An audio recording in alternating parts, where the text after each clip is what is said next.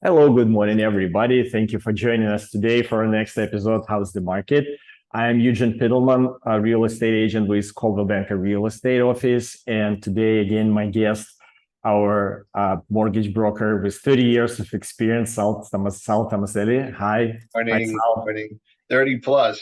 30 plus, by the way. Yes, exactly. 30 plus. I'm But sorry. thanks for having me on, Eugene. I appreciate it. Thank Of you so course, much. of course, always a pleasure. Today, again, we're going to discuss what's happening with our real estate market. And today, I would really like to share with you, and I hope Sal will do the same, what's actually happening in the field, on the open houses, while talking to buyers, uh, what other brokers sharing, and what Sal can tell us from his perspective. Because again, I would like to remind everybody that we're talking about Brooklyn. Brooklyn is hyper-local market, and no matter how many charts, no matter how many numbers and stats I can bring or Sal can show us, and I do have a few today, very few, the most obvious ones and the most important ones. Still, once you know exactly what's happening in certain neighborhood with certain property type, once you actually out there in the field and know that, this is the real numbers. This is what's exactly happening. Sal, don't you agree with me on that? 100%. So, currently we have a very interesting market. It's kind of coming out of a little bit of a lull. I see some activity these days. I believe, prior to us starting the recording, I think you also see some activity. Is that correct? Well, yeah, actually, I'm quite surprised because this is definitely right now we're in the summer market, and I would say Which is traditionally slow. traditionally slow. Yes, exactly. That's a given. This is what I was going to say, but at least on what I see on my open houses for the past few weeks, every week I have more and more buyers coming to the open house. Right. I don't say that I have offers coming in the same way as I have more buyers, but I do see those buyers asking questions, that I see those buyers are serious. And on the other hand, unfortunately, I also see as much confusion in the same number of questions, and the quality of questions, and what exactly these buyers are asking.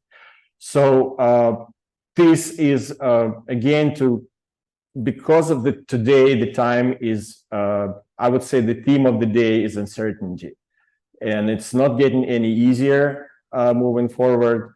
I guess again, because of the interest rate, because of the election year, and I do have more buyers I'm working with right now. Most of them first-time home buyers, and they're ready to start paying their own mortgage as opposed to paying somebody else's, or to paying rent. But again, That always confusion. that Yeah, always makes more sense, obviously. always. Yes. A write-off when you purchase a property and you own a property, you get depreciation, you get a mortgage interest deduction. I kind of see the same thing. I see a lot of new first-time home buyers coming into the marketplace right now, which is great.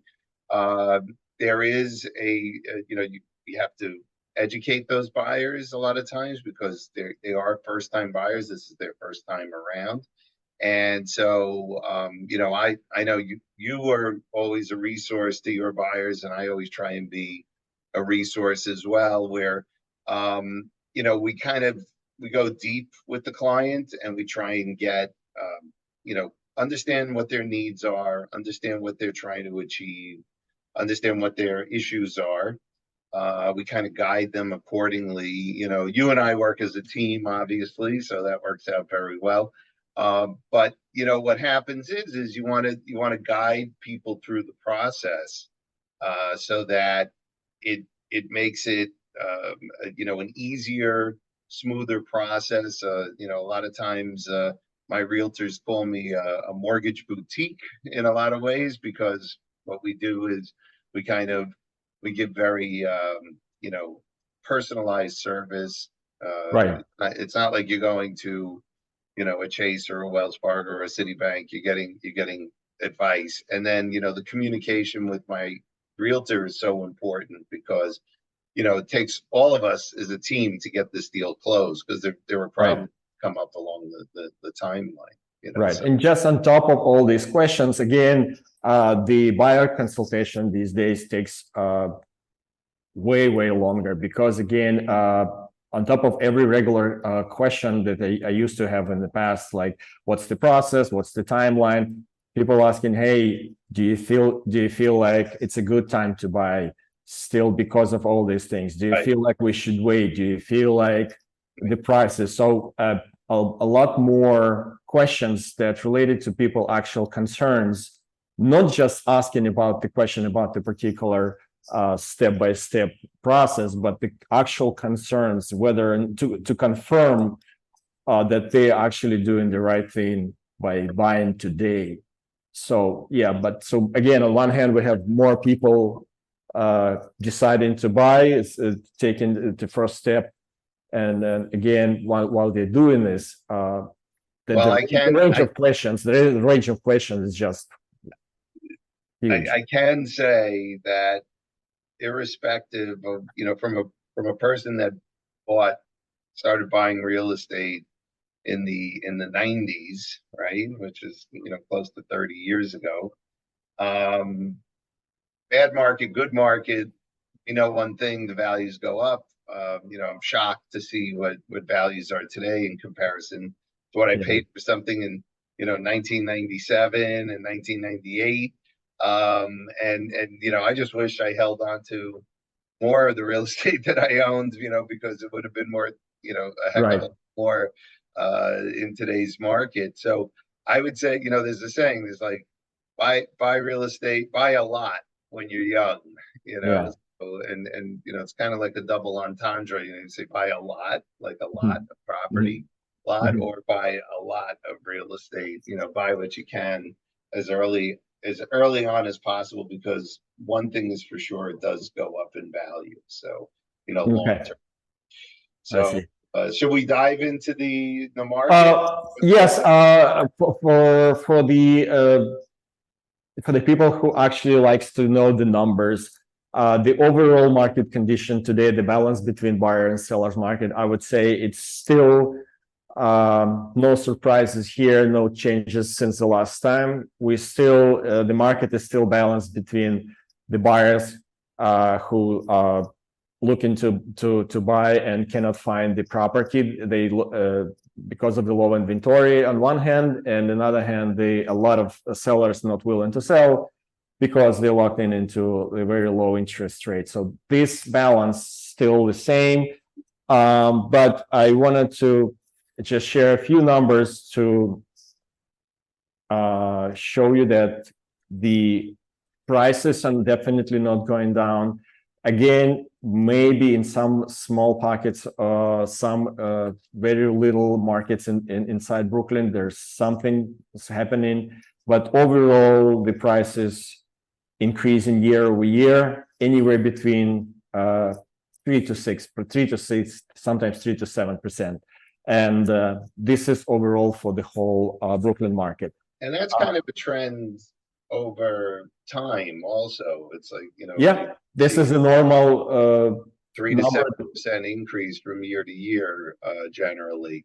Yeah. Every now and then there's a correction, but over time it bounces back. So that's correct. So yeah. So the supply is still low, and it's getting lower. So basically, there's no end in sight on that. Decrease months over months 3%, and year over year, and months over months, and in new supply, decrease in new supply, and decrease in supply overall. So if you are a buyer in the market, on the market today, it might be a little difficult for you. It might take a little longer to find the property. Find that right property. Yeah. Yes. Exactly. Also, what I like to do again, and so for the past 30 days, we've sold approximately in Brooklyn around 200 properties. and I would like to break it down into how long it took. So under 2 weeks, we don't have, it takes longer right now. Again, every month it takes a little longer to sell the property. So right now, we don't have anything that's sold under a few days or under a week. So I would say under 2 weeks, we sold about 12% of overall market. And under 30 days, we sold 23%. And under 90 days, we sold almost over a half. We sold 62%. So which shows basically, yes. So the market is well balanced, and the property that priced correctly sells in a traditional period of time. Well, that's really interesting. With regard to, if you don't mind, I'll jump into rates, Eugene. I'll share my screen with you guys. Yeah. This is my mortgage market update. Can you see my screen? Yes. Okay. Yes, I do. So essentially, everything that you've been saying, that's happening with about a 7% interest rate on a 30-year fixed. So, that means that, these new set of buyers, are paying somewhere around, 7% for the, for financing cost. And that's the trend right now. I mean, it's really remained somewhat unchanged. It just came down very minimally. So, I always, I say it, and I say it in a lot of our video conferences, but, you jump in, you get your mortgage. If you could afford it at 7% when the rates drop, that's an opportunity to refinance. That's a windfall that you'll take advantage of later on. Historically, I think it averages out around 5%, 5.5% over time. And more than likely, after things settle down, we'll probably see interest rates come down a little bit. Some interesting news, investment properties are not slowing down nationally. So this is one of the things that are happening right now. There's been an uptick in a trend for real estate that's rental real estate. These are all items on my market update. Yes, by the way, I'm sorry, I forgot to mention about the rental market. The only market that is doing well, and again, and it's really hard, is the rental. It takes 4 days on the market for the property to rent. We have 160 increase in new lease signed, and the price is a little 1.4% a little year over year. Which is great for landlords that are buying investment properties, because there's a very strong rental market there as well. Yeah. And that's kind of, we see that in the news that's coming out. The good news is, Fannie Mae's even seeing, homebuyer sentiment on the rise. These are all articles that you can kind of click into in our update.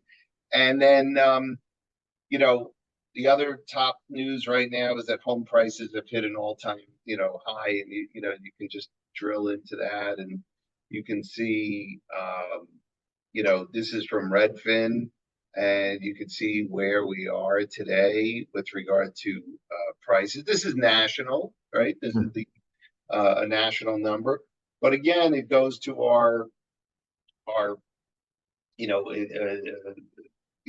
the idea that values are going to continue to go up, and it's very important as a buyer to, I'm going to stop sharing my screen right now. This is, but it's very important as a buyer to jump into this market, and then take advantage of the rates eventually if they go down, take advantage of that. But you have really good indicators right now. Strong market, strong prices, strong rental market. So, if you have to rent your property, or if you decide to rent a property, You're getting very good numbers here. We've reached a whole new plateau. So I Right. think, it's a scary thing, sometimes to buy Yeah. real estate, as a first time home buyer. Yeah, I can However, see it. I can tell from the look in their eyes. It does show that it's a scary thing for them. but So I think, part of fear is like riding a bicycle, right? You yeah, get there and you get on the bike and you start pedaling and you say, wow, this is easier than I thought. And I yeah, think that's really the general theme here. And I think, I know you do a great job at guiding your buyers.